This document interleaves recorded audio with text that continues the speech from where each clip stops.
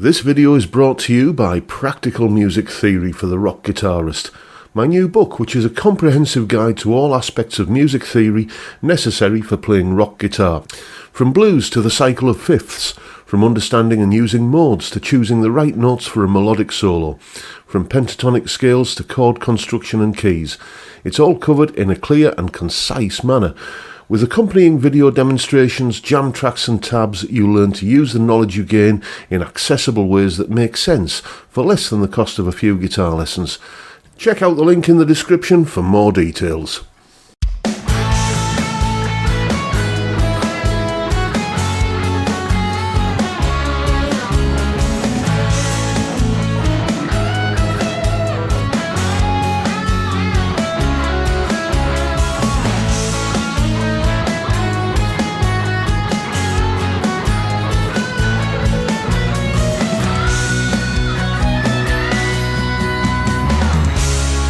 Hello chaps, welcome once again to John Robson Guitar Tuition. As always, I do hope you're well.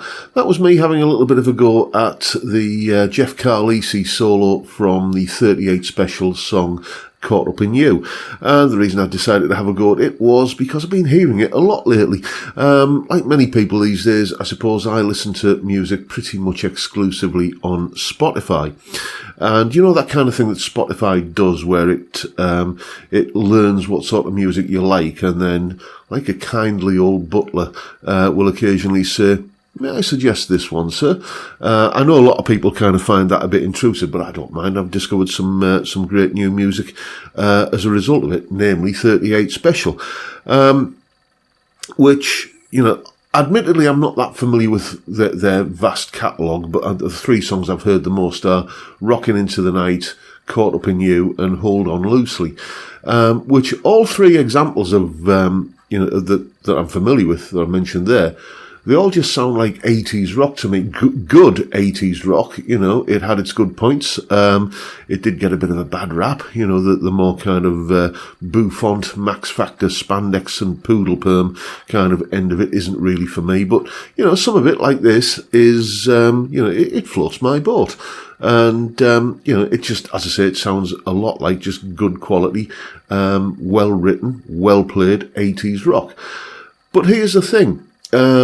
38 Special, whenever you kind of Google them or anything like that, they always get described as a southern rock band.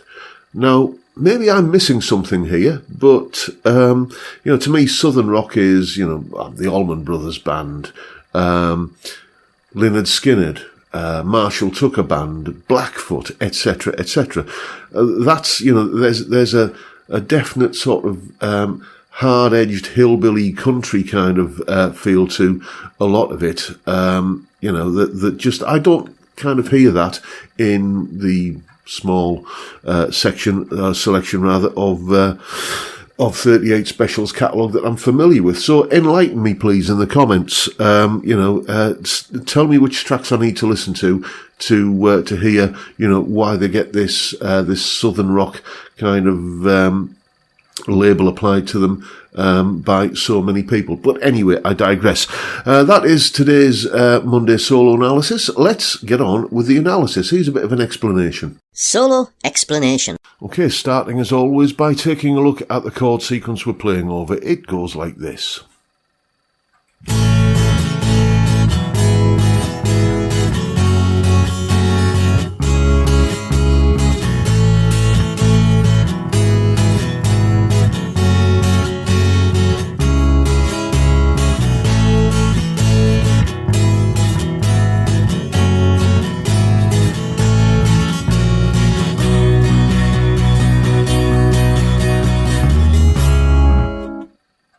And theory aficionados out there will no doubt spot that is predominantly in the key of E major, with one chord which isn't, and that is the F sharp over A sharp chord. Essentially, a first inversion voicing of an F sharp major chord. That chord there is, by the way, to take us from an F sharp major into the B major, which is the 5 chord in the key of E, and that provides a nice big sort of crescendo build up to the end of the solo. The reason why we're using inversions like this, and they're all basically just major chords with a third in the bass, is to create a sense of linear movement between chords. We start with an A chord with an A bass note, then going to an E chord with a third in the bass, which is a G sharp, then going to the F sharp minor. So as you can see, that creates a nice kind of bass movement of A to G sharp to F sharp, which if that E chord was just a regular kind of E chord with an E note in the bass, you'd get, and it just sounds more pleasing to go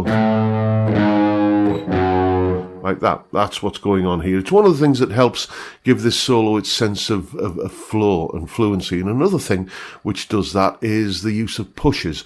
All of these chord changes and many of the notes in the solo are using pushes. What is a push? It's when you arrive on a note or a chord half a beat early. So I'll best probably explain that or illustrate that using the first lick in the solo, which starts on this A note here at the 10th fret on the B string. And if I was to play that sort of smack on the beat, it would go like this. 1, 2, 3, 4. But it doesn't do that. It starts half a beat early. So 1 and 2 and 3 and 4. It's a subtle thing, but it makes a difference. You perceive that note as just kind of arriving just that little bit early, like it's eager to get played. And that kind of thing really does give any solo or riff or chord sequence a sense of urgency and momentum, really. So there's that first lick. It starts. Then, because we're in the key of E major here, we're using the E major scale. We can see this little shape here, where we go, finishing on the C sharp note there, which heralds the arrival of the C sharp minor chord at the end of each little 4-bar stanza, well, the first two 4-bar stanzas anyway. So a good emphasis on strong chord tones throughout the solo as well. Again, another thing which makes a solo just kind of sound tuneful. We then continue with the E major scale by like that. And again, once again, notice the push. We're starting on the G sharp note here on the 11th fret of the A string, and that's the timing of that is 3 and 4, and that is the main feature note in that lick. That's the note which lasts the longest, basically, and as you can hear, it's arriving on the and of a beat. 3 and 4 and then after that, a second little ascending thing there. Again, we go to a push lick where we onto this this E note, 17th fret on the 2nd string for that bend there. And again, that's a big accented note that's happening on the and of a beat. So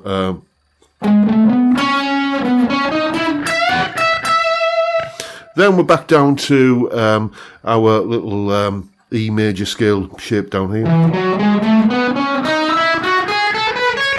here, where we're playing around mainly with the 9th and 11th frets on the 4th and 3rd strings. And we actually have a 3 fret bend there as well, taking us up to the A note. So, how does it go? Let me just have a quick look at the tab and I'll tell you. It goes, yeah, like this.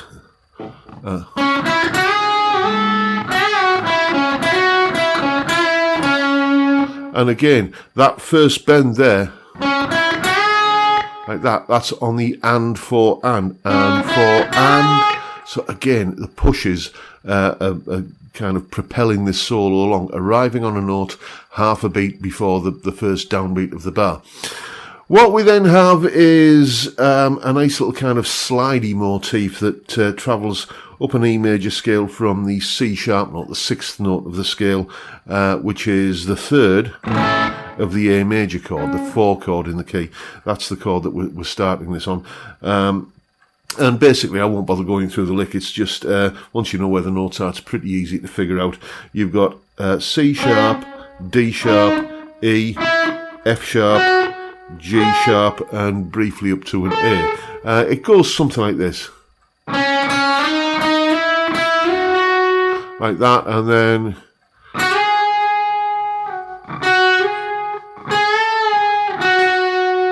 along those kind of lines. I forget the actual lick itself, but, you know, take a listen to it and you'll hear. And the purpose of that run is to take us up to this little lick here, where we're ending up on the 14th fret, the C sharp note. We've come up an octave from the C sharp we had down there. 14th fret on the B string.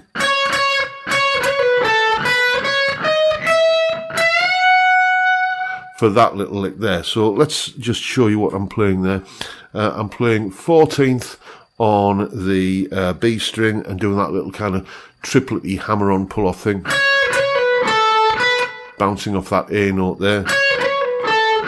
And then C sharp, D sharp at the 16th fret on the second string.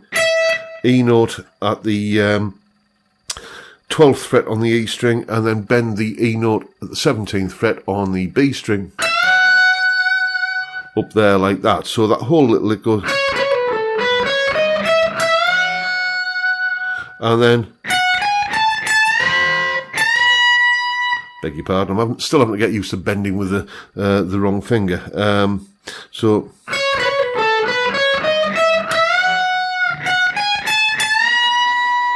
like that, and it's that last little section there where we get a harmony part coming underneath the main guitar part that we're hearing there.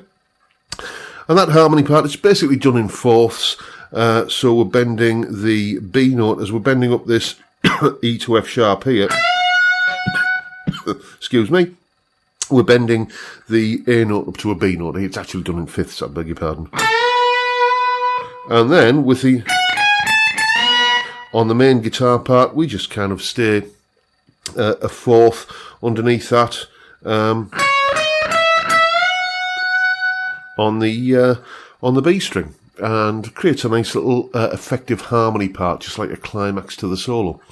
So there you go, effective little solo, lots of use of strong chord tones, lots and lots of use of pushes. The inversions in the chord sequence also help to propel it along, and well, now you know what to do. Go away and have some fun with it. And as always, you'll find a full tab for the solo in both Guitar Pro and PDF formats, along with a clip of me playing it, that explanation you've just seen there, and a jam track to play along with yourself. That is, as usual, up on my Patreon page. There's the address, link in the description. It's $3 or I think £3 a month, and you get access to all of these additional goodies that go along with these YouTube videos. And a massive, massive thank you to everyone who supports me in that, or any of the other ways, all of which are also downstairs in the description. But that is pretty much it for today, folks. Hope you've enjoyed the video and found it useful, informative, and hopefully entertaining in some small way. And if that's the case, please hit the subscribe button and the notification bell if you haven't already done so. And why not drop me a like as well while you're at it? You know what I always say now. Don't forget the live stream every Friday, 5 PM UK time. We have a beer and talk about stuff. Guitars, music, whatever. It's a great way to kick off the weekend, and I'd love to see you there if you can make it. But for now, I'll bid you all a good day and say thank you so much for watching. Thank you for your time. Look after yourselves, folks. Stay well, stay safe, and above all, stay sane. Bye for now.